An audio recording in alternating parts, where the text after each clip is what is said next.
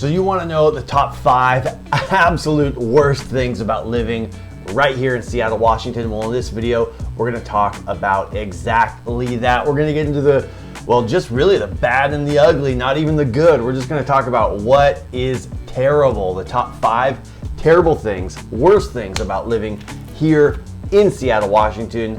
Let's get into it.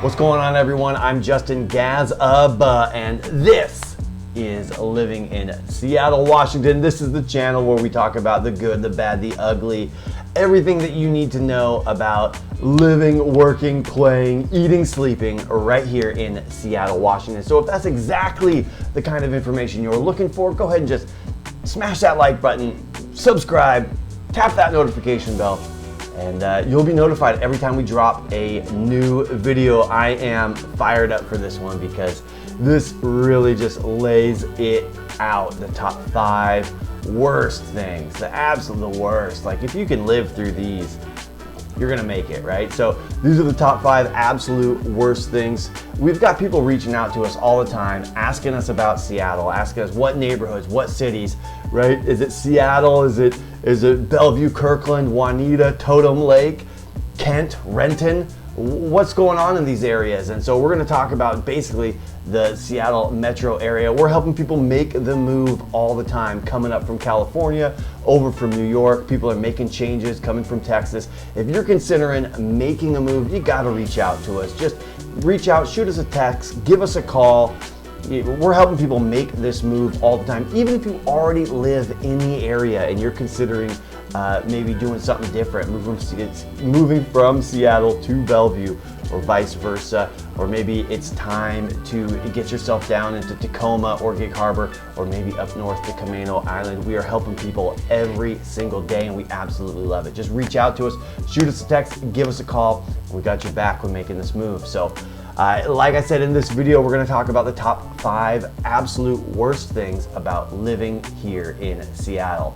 Okay, so before we get into the absolute worst things, I want to hear from you down in the comments. So if you already live here, name your top 3, top 5 worst things about living here. If you haven't moved here yet, I want to hear your guesses. You have to do it now before you watch the video, before you hear my list, so that you can compare notes and see if you were right or wrong. We can just play along. So I really appreciate it. Drop in those comments and let's get into the video right now.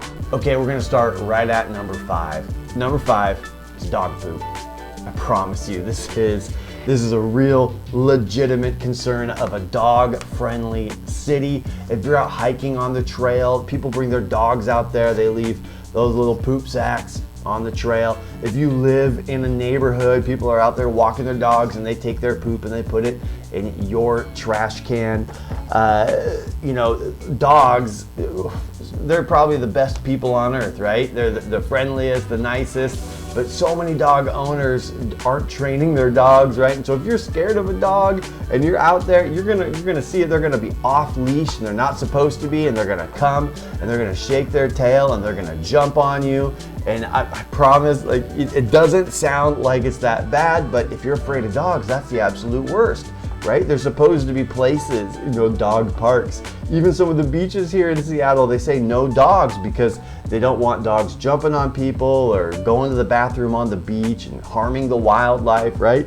And so there are a lot of untrained dogs here in the city, which is just so wild to me. You get an apartment, you have maybe a smaller condo, you get yourself a dog who loves you and you love that dog, but it is tough out there, right? So all the time, I promise you go for a walk, you're gonna see these sacks, all over the place, and we see stuff on those neighborhood network sites that are just the absolute worst of people. Hey, quit putting poop in my trash, quit doing this, right? And I get it, it's frustrating. So those types of things, you're just gonna see it. It's a city, there's a lot of people, and it's a pet-friendly city. You're gonna see pets in stores and in breweries, and you know, you've got a well-behaved dog doesn't mean everybody else does, right? And so you see that all the time where dogs are losing their minds because they're not socialized, and they, you know, that kind of thing. They can't. You know, they can't operate in public. They're yapping, they're jumping, they're pooping everywhere. The number 4 thing, I hope you think that's funny. Like, I think it's a real thing, but it's also pretty funny. Okay, number 4. Number 4 is a little bit more of a serious topic here in Seattle, but it is something that is just unprecedented. Really hard to deal with, hard to understand, and a really big concern, but the city really hasn't been able to do, like our neighboring city, Bellevue, you don't see this problem, you don't see this kind of thing in Kirkland, but here in Seattle, homelessness really is a tremendous problem. We see these encampments growing. We have interesting policy around these encampments with people moving those encampments from place to place. You hear on the radio all the time, a lot of folks, if they could be in temporary housing, they would be, but there's just nothing available, so now they're in encampment. So we see a lot of, you know, even one of the nicest parks in Ballard, I think they just actually went through and moved all those people, but there was a church across the street that, you know, is doing their churchly duty and feeding people, and so that kind of helped this encampment grow. Not blaming that church for that, because they're doing good work there, but that encampment you know, has grown, and that was a great park that the public wasn't able to utilize because of the homeless problem. Now this issue has layers, right? Political layers, you know, socioeconomic layers, public health, you know, issues. But we just see it time and again where you could be in any given neighborhood in Seattle and see some tents set up on the, you know, between the sidewalk and the road in those areas. And so it really is, you know, we've had homeless encampments, stories about them for ages and ages and ages. There's just been an issue, and it's not new. It's just been growing and kind of, we might say it's kind of systemic. It's we see it, you know, too often. So something to think about, you know, as one of the top 5 worst things, right? So moving on to number 3. Okay, so number 3 is the Seattle freeze. If you're from out of town, you're considering moving here, I would encourage you to Google the Seattle freeze. Like freezing, the Seattle freeze. Now here's the deal with the Seattle freeze, okay? So I grew up in the area. I grew up in South Puget Sound, about an hour south of the city, in Gig Harbor, between Gig Harbor and Port Orchard. And so I've got 2 younger brothers. My baby brother, my youngest brother, lives in Fremont right now, and I live, you know, up north, further, just a touch north in Crown Hill here, just north of Ballard.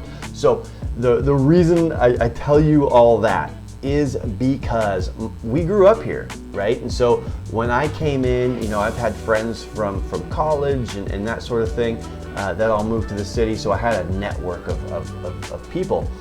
Well, when my brother moved up, he didn't attend college. He's in a union and he's got a great job, but he admitted to me at one point it was hard to make friends, and he was from here. So the Seattle freeze is this kind of this outsider notion where locals here in Seattle, it's kind of funny because if you've traveled anywhere, Iceland has this kind of, you know, cold shoulder. They're not very personable unless you're, you know, they say this might just be tourism, but they say unless you're in one of their pools or whatever, or the hot springs and that sort of stuff, and then people are talkative. So here in Seattle, and I'm probably just all over the map on this one, so but the Seattle freeze is a notion that it's hard to make friends and it's hard to meet new people when you are from out of town. But this is also true. I mean, my brother experienced this. Technically, you know, he's a Pacific Northwesterner through and through, avid hiker, and in his first few months in Seattle was pretty tough. And so I make the same recommendation to you that I made to him. Is you know, one of our good friends, she came in from out of town, and she met everyone through kind of a co-ed after work sports extracurricular company. I think they're called Underdog, and they do kickball and volleyball and softball, and made a network of friends through doing those things. Meetup.com, people going out. I know a lot of folks that have met people through doing that, right? And you break down those barriers through your hobbies. My brother Joe did everything, you know, he met a great group of friends when I suggested he should go to one of the run clubs. You know, he's off work early enough that he could hit that run club, and basically met a good network of people through there. But one of the folks, some folks that I had, you know, talked to about the Seattle Freeze, it's always interesting because, you know, people have their group of friends that they grew up with and hung out with, and that's the group of friends. And you know, people attribute it to it, you know, the overcast. It doesn't rain here all the time, but man, oh man, is it gloomy. A lot of clouds in the sky. And so there isn't, you know, a lot of locals apparently aren't that outgoing, apparently. But a lot of people attribute it to that. And a lot of people attribute, you know, some of that being kind of a you know, this Seattle area is very predominantly, and if you look at the census, they kind of chose to be this way, but decided that they're very Norwegian, right? Ballard is a Scandinavian sister city to Bergen, I think, and there is, you know, this Scandinavian element, and from what I've been told, similar to what I was telling you about Iceland, right? People aren't very outgoing, you know, apparently. Not really my experience, you know, traveling some places, but has that kind of Norwegian, Finnish, Scandinavian, quiet mentality, old fishing town mentality, and not really just open and inviting. It's very different. Like my grandpa lives in New Jersey, so when I went to a brewery near his home and met basically the entire neighborhood, I feel like Seattle isn't quite like that. So that's the Seattle Freeze. It's pretty annoying, but there's some ways around it, right? So Meetup, the extracurricular sports, doing the run club stuff, and doing that. So it's really interesting to see. It kind of feels like a game you can play where, you know, you see a lively group of people, you know, that maybe they didn't grow up here or did that. You know, you play that game and you see a bunch of people hanging out, try to decide, are they local or did they move here, where they move from, that sort of thing. Totally funny. So, okay, so that's number 3, and that kind of ties into the number 2 absolute worst thing here in Seattle. The absolute worst thing, number 2 comes in at overcast, rain, doom and gloom. One of the best things about Seattle is the weather in the summer, right? We've got these long summers. It's not too hot, but it's warm enough. Great weather. You know, sun is out till 9:45, 10 o'clock at night, right? It's fantastic. But the other side of that coin is gonna be the fact that when winter comes, it's gonna be the opposite, right? So right now it's I'm looking out my window, it's not raining, but it is overcast, low cloud, overcast, very gray. It's been like that for a while now. It starts to get dark. You can see it change around 3:30. It doesn't necessarily get dark at 3:30, but you can tell it's the end of the day. 3:30, 4:30 comes around, starts to get dark, and we get that overcast, that it's not raining, but it's wet out. And then sometimes we get some incessant rain. It just doesn't, like every day it rains at least a little bit. You know, it's not rain all day. It's not big rain come through, rain and go away. It's just always there, just rain. We've had, I think the record is like 47 days straight of just rain here in Seattle. So absolutely the sad, the wetness, the overcast. Like if you can handle that, you're all good. If that's something that drags on you, maybe you got to hit Southern California or Mexico in the winter. I know a lot of people travel in February to try to get out of the clouds into someplace sunny and kind of re-energize themselves and get back ready for spring as it comes up. So that's it. And then before we get to number one, I have a handful of runner-up items. And the runner-up items, let's just go over before we get to number one. Runner-ups are cyclists, commuter cyclists. It's dark and gloomy. I don't know why, but it seems like 90% of them decide to wear, black tights and jackets, and they never feels like there's enough lights on. And the unfortunate truth is that our roads, there just isn't enough bike lanes. It's really, there are some areas, most of the Burt Gilman cycle friendly. There's a lot of roads downtown cycle friendly. It's getting better, but the bike lanes just are not adequate, and it's tough. It's tough, especially we have a lot of people who commute on bicycles, and it's doomy and gloomy out there, and it's hard to see. And we are, there's a lot of cars that are parked on the curbs, and it just kind of ends up being a mess. So that's a runner-up for one of the worst things in Seattle. You've got to keep an eye out for those cyclists. So I was just looking stuff up, and I thought this was interesting because one of the things about Alaska is that they say that there's like 4 times as many men as there are women up there, right? So if there's a lot of tough working, because of the Alaska fishing and the mining and a lot of stuff going on up there in Alaska. Well, in Seattle, surprisingly enough, that is an issue here. There are more men here in Seattle than women. And so for a lot of folks who are coming out this way, it's surprising to them to be in what they would consider to be a big metropolitan area. That dating pool is such that the men outnumber the women. And I don't know if that's because we come from a fishing and logging and we've moved into tech.